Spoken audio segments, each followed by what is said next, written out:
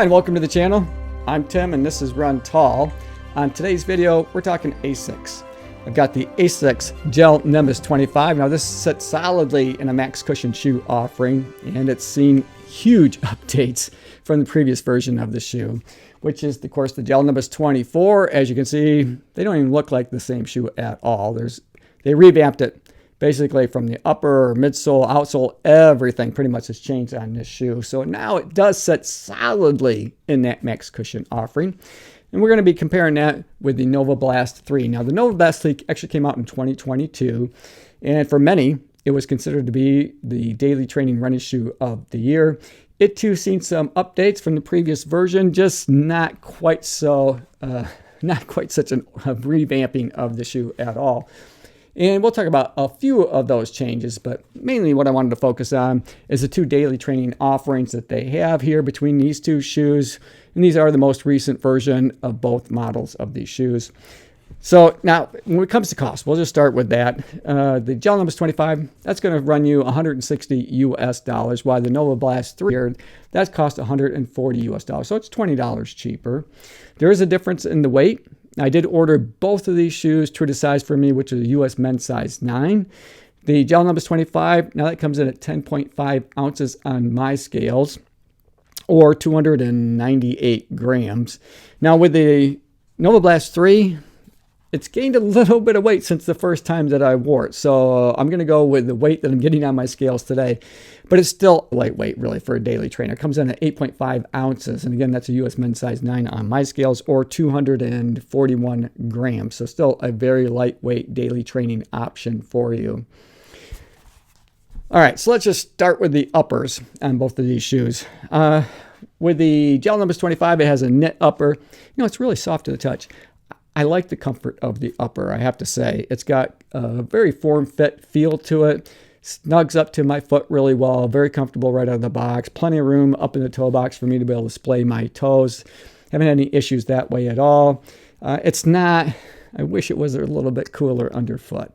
That would be nice. In fact, I would like them to put a nice breathable upper on this midsole ride, because I think that they would really be having something there. But they went plush from heel to toe, so it runs hot. It runs hot. So just know that. Now here in Michigan, it's not terrible, because if I get up early enough, I can get out there and get my run in when it still might be 50 degrees Fahrenheit, and that's not too bad. But by the afternoon, oftentimes around here, it can get up mid 80s, 90 degrees, and that's way too hot to be running in these shoes, because my feet would be sweating for sure. So not highly breathable at all, but a very comfortable upper. I like the way it snugs up across my midfoot. Lots of padding around the heel collar and the tab of the shoe and the counter of the shoe, which does create a nice heel pocket for you to sit in. This is what I would call your basic, classic style of padding. So there's no real bumper pads. Oftentimes, I refer to it as kind of a pillow style, because a lot of it rests up here, but then gently tapers down into creating a nice heel pocket for your heel to set in. And then, of course, they have this pull tab back here. Now, that knit upper is a little bit different than what we have here. Now, this is a jacquard upper. It's not highly breathable. I wish that it was. The fit of this, it runs long, and that was a disappointment to me, because I absolutely love the fit of the two. It fits me perfectly. It's one of my favorite fitting uppers on any of the shoes that I own. I just absolutely love it. Snugs up good across my midfoot. Exactly the right length for me, but these run long. Not so long that I would order a half size down, because I think I would be just too cramped in the shoe.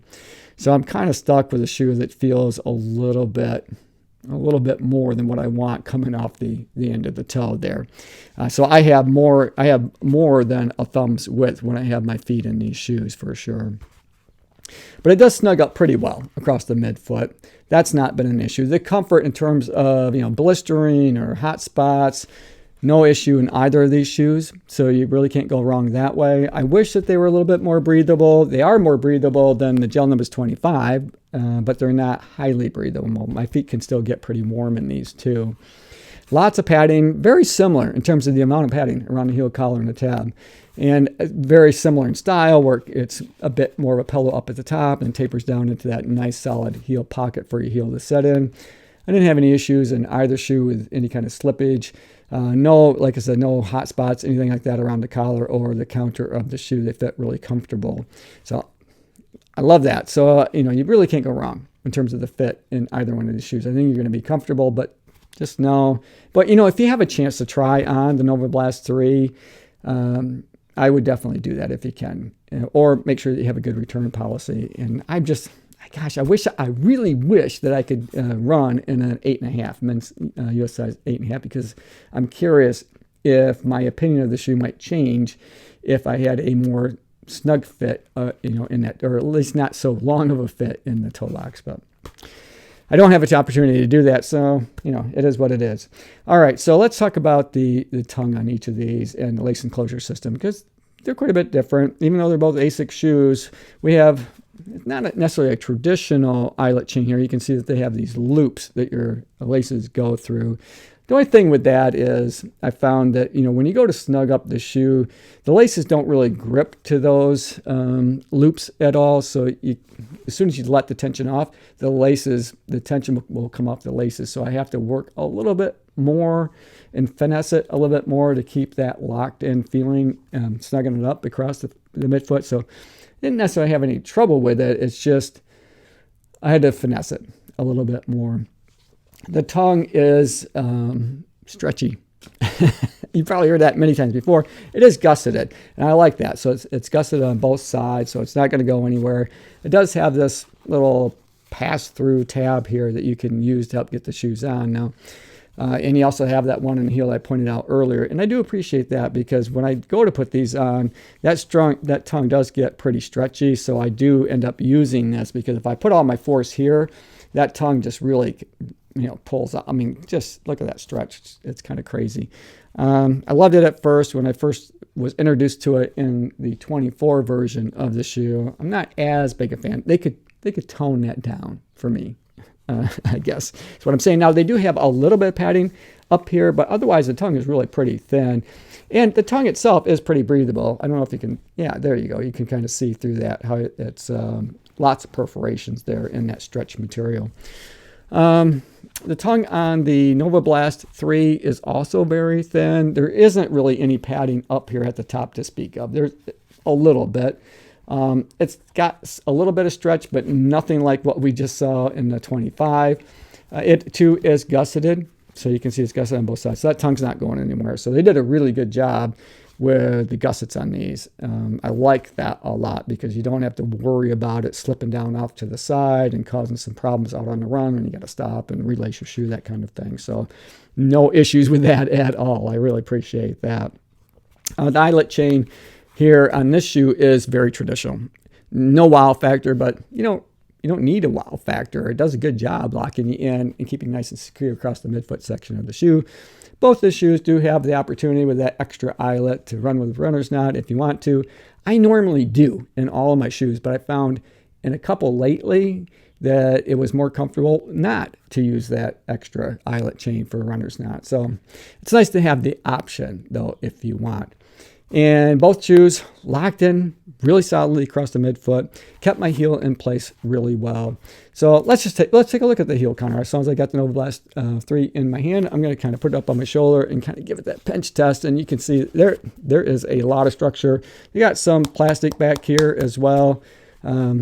Just again helps to hold your heel in place, give it even a little bit more structure than maybe that otherwise would have. Again, my heel didn't really slip around at all. And on the 25, it's really the same story. You don't see any plastic on the outside of this, but still, it's hard to really collapse that heel in just using my fingertips. So very solid heel pocket in both of the shoes. All right, so let's talk midsole. It's the engine of the shoe, baby. So let's talk about it.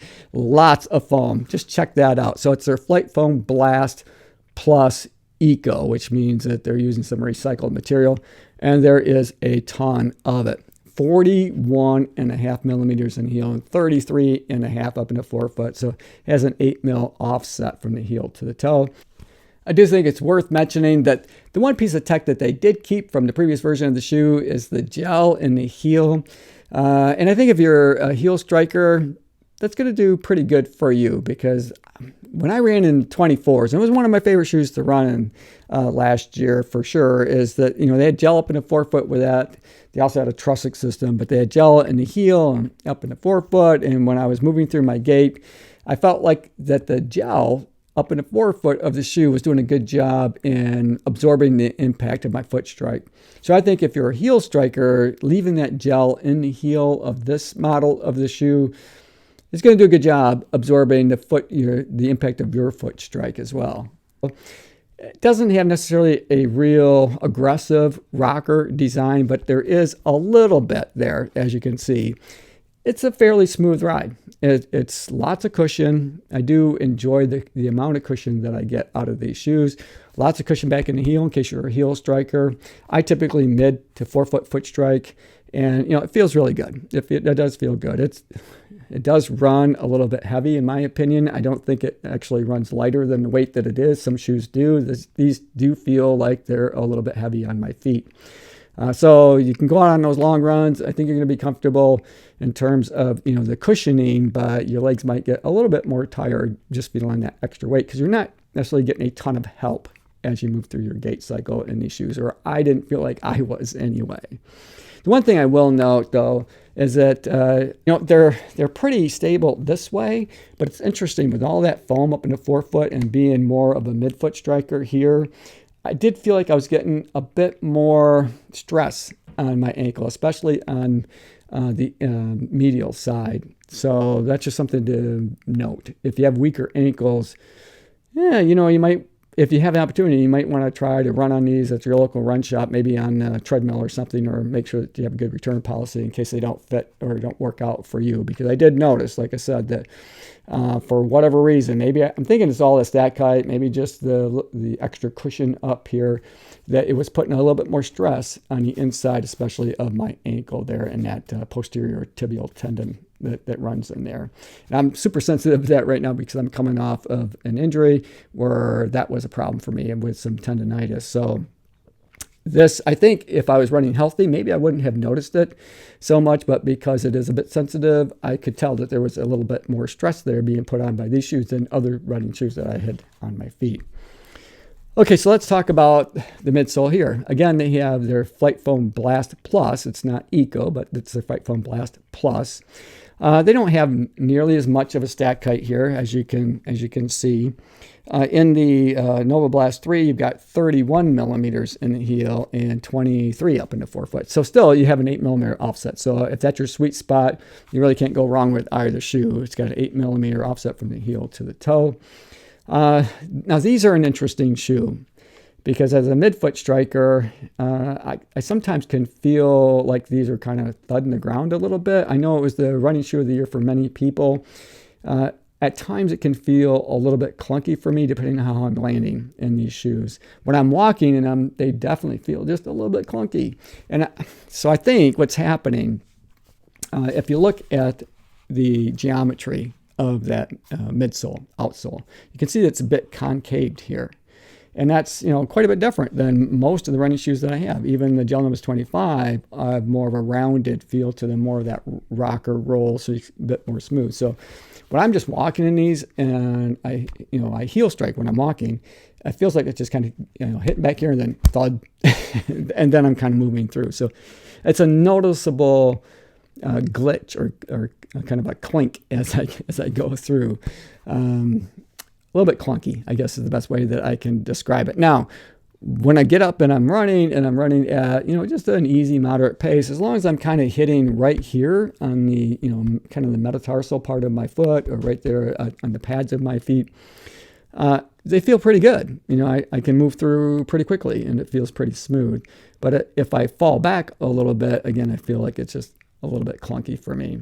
I love how lightweight these are. These do run like a lightweight shoe. So if you're looking at a daily trainer that can pretty much do everything, this is a good choice. They're a really versatile shoe. And even though they don't have the stack height, they still feel really cushioned. So, you know, these push that max cushion envelope a little bit.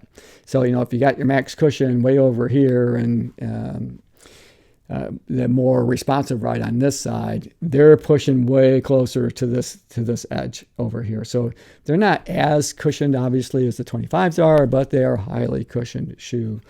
And this is a shoe, by the way, that I have recommended to family members who are looking to run. My daughter and my son-in-law are training for a half marathon, and he was wondering what shoe I might suggest that he try. And this is the one, because it is a one shoe that can do it all. And he does tend to heel strike a bit. And I think if you're heel striking, you get that little bit of collapse, and then that creates a nice roll as you go through.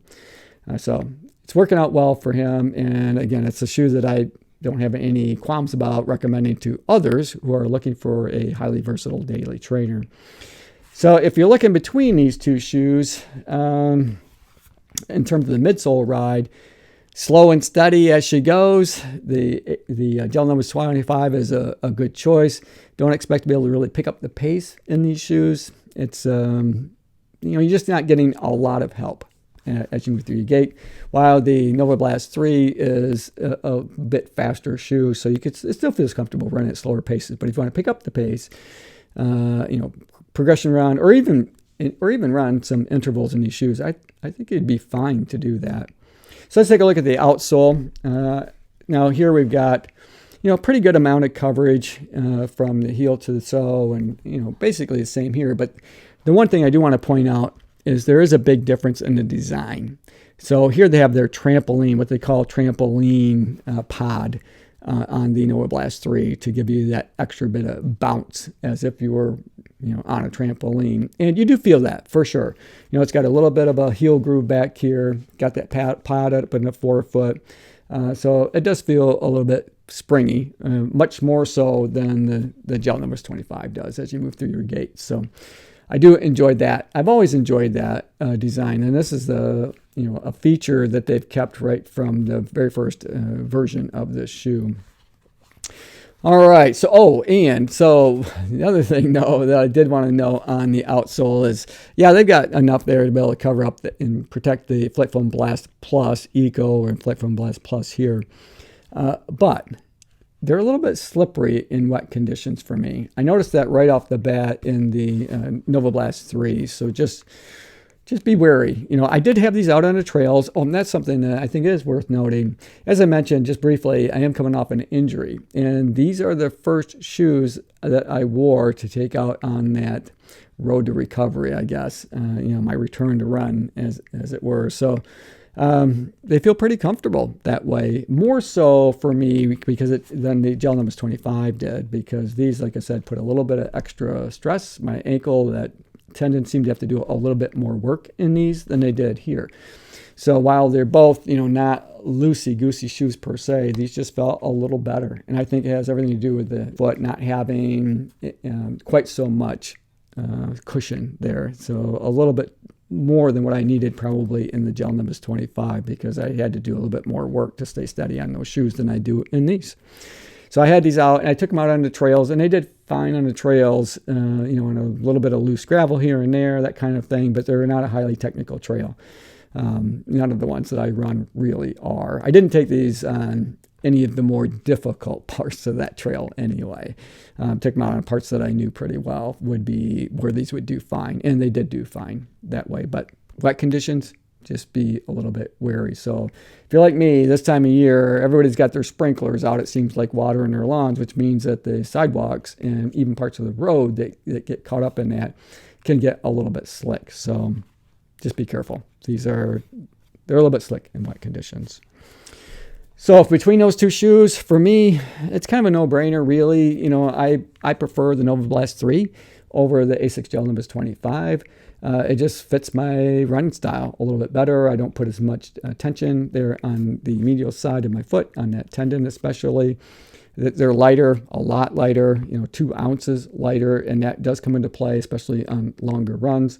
I wish that they weren't as long. Boy, if they would have put last year's upper somehow on here in the fit of last year, I know that these would feel a little bit different on my foot for sure, but not, they don't run so long that I would go down a half size.